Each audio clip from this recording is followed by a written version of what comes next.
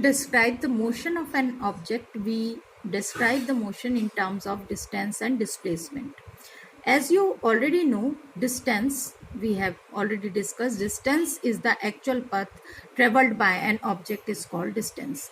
Actual path traveled by the object is known as distance. Distance is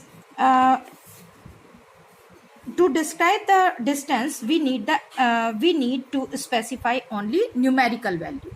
To describe the distance, we need only numerical value and not the direction. That's why this distance is considered as the scalar quantity, because no direction is needed to describe the distance, only a numerical value is needed. It is always positive and cannot be zero. Distance will be always be positive. It cannot be zero. We will just now see it with the help of a given example. Its SI unit is meter. We can understand this about the distance, children, with the help of this diagrammatic representation. Here you see, if a body start moving from the point A will be considered as the reference point, and this object moves from A to D.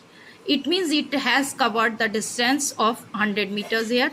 Then he come back up to the distance up to the point C. Then the distance traveled by the object will be 100 plus how much distance he has covered? 10, 20, 30, 40. 100 plus 40, 140 meters of the distance traveled by the object. And then it come back to the point B. Then the distance traveled will be 100 from A to D.